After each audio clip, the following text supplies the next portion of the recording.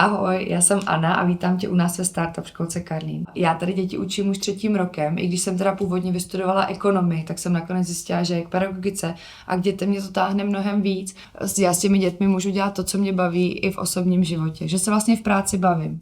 Naše školka je založená opravdu na přátelské atmosféře, na dobrých vztazích a na otevřenosti jeden k druhému. A to nejen mezi učiteli, ale i mezi dětmi samotnými. Snažíme se, aby se všichni kamarádili se všemi, aby byly věkové skupiny propojeny. A každé 3 měsíce se nám téma mění a podle něj my pak vlastně děláme všechno tady ve školce. Podle toho tématu my tvoříme, zpíváme, cvičíme.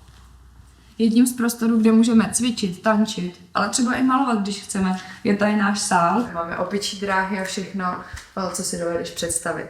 A pokud to máš třeba podobně jako já a nemáš praxi s dětmi, nemáš zkušenosti, ale moc bys chtěl, tak u nás ve školce pořádáme opravdu promyšlený kurz Radost učit, ve kterém tě chceme dobře a kvalitně naučit učit. Tak třeba budeš brzy jedním z nás?